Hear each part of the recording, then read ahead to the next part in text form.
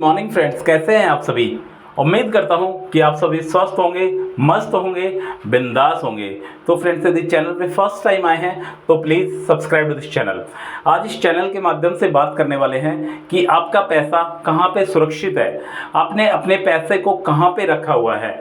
यदि आपने अपना पैसा बैंक अकाउंट में रखा हुआ है, यदि आपने अपना पैसा किसी रियल एस्टेट में लगाया हुआ है, स्टॉक मार्केट में लगाया हुआ है, म्यूचुअल फंड में लगाया हुआ है, तो कहां पे अपना पैसा लगाया हुआ है, आज इसी टॉपिक पे बात करने वाले हैं कि आपका पैसा कहां पे सुरक्षित है। आपका पैसा बिना मेहनत के, बिना कुछ किए कैसे आपको अच्छा खासा रिटर्न दे सकता है। तो आज इस वीडियो में यही बात करने वाले हैं। सबसे पहली बात, यदि आपका पैसा आपने बैंक अकाउंट में रखा हुआ है तो शायद आप एक बहुत बड़ी गलती कर रहे हैं। इस गलती के बारे में मैं बताऊंगा आपको कि यदि आपका पैसा आपके सेविंग अकाउंट में, आपके बचत खाते में पड़ा हुआ है या आपने अपने पैसे की एफडी करवा रखी है, तो इस चीज का क्या नुकसान है और इस पैसे को आप कहां पे इन्वेस्टमेंट करके और एक अच्छी खासी अर्निंग आप कर सकते हैं। सबसे बड़ी बात, यदि आपका पैसा बैंक अकाउंट में है, यदि आपने एक सफिशिएंट अमाउंट बैंक अकाउंट में डिपॉजिट कर रखा है, तो वेल ऑब्वियस बैंक वाले आपका सम्मान करेंगे, आपको इज्जत देंगे, आपको चेयर देंगे और आपके पैसे को सुरक्षित रखेंगे। बट फ्रेंड्स, यदि आपका कम अमाउंट है तो आपको शायद बैंक में कुछ दिक्कतें, कुछ परेशानी भी आ सकती है। सबसे बड़ी बात बताता हूं कि आपका पैसा बैंक अकाउंट में सुरक्षित क्यों नहीं है, क्योंकि आप सभी लोग जानते हैं कि बैंक आपको कितना इंटरेस्ट देता है। जैसा कि सेविंग अकाउंट में बैंक इंटरेस्ट देता है आपको 3 से 4%। आप किसी भी बैंक के सेविंग अकाउंट में यदि पैसा रखते हैं तो आपको बैंक 3 से 4% का इंटरेस्ट देता है। यदि आप फिक्स डिपॉजिट करवाते हैं, यदि आप एफडी करवाते हैं, 1 साल, 2 साल, 5 साल की एफडी करवाते हैं, तो आपको 6% का इंटरेस्ट मिलता है। Very good. सबके सब बैंक मोस्टली इसी सिनारियो पे चलते हैं कि सेविंग अकाउंट पे 4% के आसपास और फिक्स डिपॉजिट पे 6% के आसपास। बट फ्रेंड्स, अपन बहुत खुश होते हैं कि यार चलो अपने पैसे पे अपने को इंटरेस्ट मिल रहा है। क्या आप समझते हैं इन सब चीज़ों के बारे में? यदि आपको 4% का इंटरेस्ट मिल रहा है आपके बचत खाते पे, और यदि मैं इन्फ्लेशन रेट की बात करता हूँ, यदि मैं महंगाई की बात करता हूँ, तो महंगाई का जो रेशियो है वो है 8%। जिस हिसाब से महंगाई बढ़ती है उस हिसाब से आपके पैसे की वैल्यू नहीं बढ़ती है।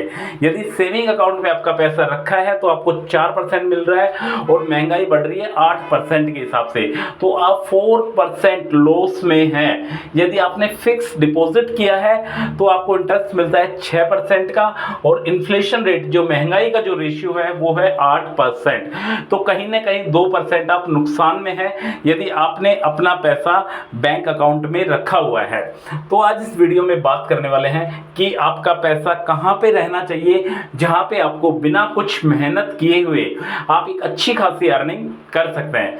यदि आपको बैंक में पैसा रखना है तो आप इतना अमाउंट रखिए कि 6 से 8 महीने तक यदि कोई बेरोजगार हो जाए या कोई इमरजेंसी की जरूरत पड़ जाए तो उस पैसे को आप यूज में ले सकते हैं। सपोज करो जैसे आपका महीने का खर्चा 10,000 रुपए है, तो मैक्सिमम आपको 1 लाख रुपए आपके सेविंग अकाउंट में होने चाहिए। इससे ज़्यादा पैसा सेविंग अकाउंट में नहीं होना चाहिए।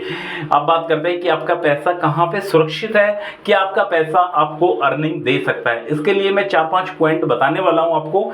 यदि आप इन पॉइंट पे नोटिस करते हैं तो आपका पैसा एक बहुत अच्छी जगह पे सुरक्षित हो जाएगा और आप एक अच्छा खासा अमाउंट इन पैसे के जरिए कमा सकते हैं। सबसे बड़ी बात करते हैं रियल एस्टेट की। तो फ्रेंड्स, प्रॉपर्टी में यदि आप प्रॉपर्टी में अपना पैसा इन्वेस्टमेंट करते हैं तो आपको एक अच्छी खासी वैल्यू विद इन 2-3 ईयर्स में मिल सकती है, क्योंकि आप सभी लोग जानते हैं कि इंडिया की जो पॉपुलेशन है वो डे बाय डे ग्रो कर रही है और सभी को रहने के लिए एक जगह चाहिए। तो यदि आपने पैसा प्रॉपर्टी में लगाया है तो वेल ऑब्वियस आपकी प्रॉपर्टी के रेट बढ़ने वाले हैं। इसके लिए 2-3 चीज़ें मायने रखती है कि आपकी प्रॉपर्टी कहाँ पे है। फर्स्ट ऑफ ऑल, आपकी प्रॉपर्टी की लोकेशन अच्छी होनी चाहिए। यदि आपकी प्रॉपर्टी की लोकेशन अच्छी है तो आपको एक अच्छा रिटर्न मिल सकता है। इसके अलावा यदि आपने कुछ कंस्ट्रक्शन किया हुआ है उसमें, तो आप रेंट से भी अच्छी खासी अर्निंग कर सकते हैं। जैसे जैसे साल बढ़ेगी वैसे वैसे आपका रेंट भी बढ़ता चला जाएगा।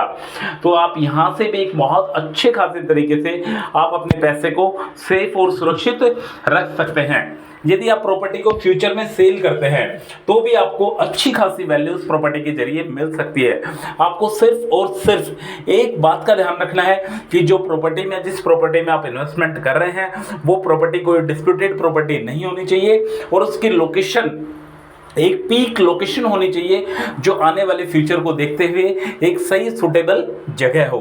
इसके अलावा आप अपना पैसा स्टॉक मार्केट में भी इन्वेस्टमेंट कर सकते हैं। जैसा कि आप सभी लोग जानते हैं स्टॉक मार्केट में पैसे का जो है वो एक अच्छा रेशियो, अच्छा रिटर्न आपको मिल सकता है। आप निफ्टी 50 में, आप सेंसेक्स में, इंडिया की टॉप 50 कंपनीज में, इंडिया की टॉप 30 कंपनीज में आप अपने पैसे को इन्वेस्टमेंट कर सकते हैं। यदि आपको नॉलेज है स्टॉक मार्केट की तो आप पैसे को वहां पे इन्वेस्टमेंट कर सकते हैं और एक लो रिस्क पे एक हाई प्रॉफिट वहां से अर्न कर सकते हैं। अब बात करते हैं म्यूचुअल फंड की। यदि आप अपना पैसा म्यूचुअल फंड में रखते हैं तो भी आपको एक अच्छा खासा रिटर्न म्यूचुअल फंड से मिल सकता है। म्यूचुअल फंड आप एसआईपी स्टार्ट कर सकते हैं, आप सिस्टमेटिक इन्वेस्टमेंट प्लान का पार्ट बन सकते हैं। एसआईपी में आप मिनिमम 500 रुपीज से लेके मैक्सिमम कितना भी अमाउंट आप एसआईपी के जरिए स्टार्ट कर सकते हैं। इसके अलावा यदि आप वन टाइम डिपॉजिट करते हैं एसआईपी में 3 इयर्स के लिए तो भी आपको बैंक से ज़्यादा रिटर्न वहाँ पे मिल सकता है। यदि आप म्यूचुअल फंड में जाते हैं तो भी आपको अच्छा रिटर्न मिलेगा। यदि आप स्टॉक मार्केट में जाते हैं तो वहां से भी 12-13% का रिटर्न आपको आराम से मिल सकता है। बट फ्रेंड्स, एक नोटिस करने वाली बात यह है कि जो म्यूचुअल फंड है ये थोड़ा सा रिस्की मार्केट होता है, तो इसमें जो भी आपको पैसा इन्वेस्टमेंट करना है थोड़ा सा सोच समझ के इन्वेस्टमेंट करना है। बाकी आप एसआईपी में इन्वेस्टमेंट कर सकते हैं, वन टाइम इन्वेस्टमेंट कर सकते हैं, बहुत सारी चीजें हैं जिनमें आप अपने पैसे को इन्वेस्टमेंट कर सकते हैं। इसके अलावा फ्रेंड्स और भी बहुत सारी चीज़ें हैं। यदि आप गोल्ड में इन्वेस्टमेंट करते हैं तो भी आपको एक अच्छी खासी वैल्यू वहां से मिल सकती है। जैसा कि आप सभी लोग जानते हैं सन 2000 में, आज से लगभग 20-21 साल पहले गोल्ड के प्राइस थे 4400 रुपए का 10 ग्राम और आज के रेट हैं गोल्ड के 60,000 रुपए का 10 ग्राम। तो आपने देखा कितनी तेज गति से सोना बढ़ा है। यदि आप मेटल इन्वेस्टमेंट करते हैं, यदि आप सोने में इन्वेस्टमेंट करते हैं, सिल्वर में इन्वेस्टमेंट करते हैं तो भी आपको एक अच्छा खासा रिटर्न बैंक अकाउंट से ज़्यादा आप वहां से कमा सकते हैं, क्योंकि जैसे जैसे इन्फ्लेशन बढ़ता है, महंगाई बढ़ती है, वैसे वैसे इन सब चीज़ों के रेट भी बढ़ते हैं। बट यदि आपका पैसा बैंक अकाउंट में पड़ा हुआ है तो आपको वो वाला रिटर्न नहीं मिल पाएगा जो इन सब चीज़ों से आपको मिल सकता है। इसके अलावा यदि आपके पास सोशल मीडिया पावर है, यदि आपके पास फॉलोवर्स हैं तो भी आप अपने किसी भी प्रोडक्ट को, किसी भी यूनिक प्रोडक्ट को आप आसानी से अपने फॉलोवर्स के बीच में ले जा सकते हैं। इसके अलावा बिजनेस, यदि आप एंटरप्रेन्योर बनना चाहते हैं, यदि आप बिजनेस में इन्वेस्टमेंट करना चाहते हैं तो अपनी रिसर्च के अकॉर्डिंग आप किसी भी बिजनेस में अकॉर्डिंग टू सिचुएशन आप अपना पैसा लगा सकते हैं और वहां से भी आप रिटर्न कमा सकते हैं। इसके अलावा फ्रेंड बहुत सारी चीज़ें हैं जहाँ पे जाके आप अपने पैसे को एक अच्छी खासी जगह पे लगा सकते हैं। यदि आपका पैसा बैंक अकाउंट में है तो आपको जो इंटरेस्ट मिल रहा है 3 से 4%, 6% का जो भी इंटरेस्ट मिल रहा है, उस इंटरेस्ट की वजह से शायद आपका पैसा कुछ कम हो रहा है, आपका पैसा बढ़ नहीं रहा है। यदि इसी तरीके से फाइनेंशियल जानकारी यदि आप लेना चाहते हैं तो please subscribe to this channel. Thank you so much.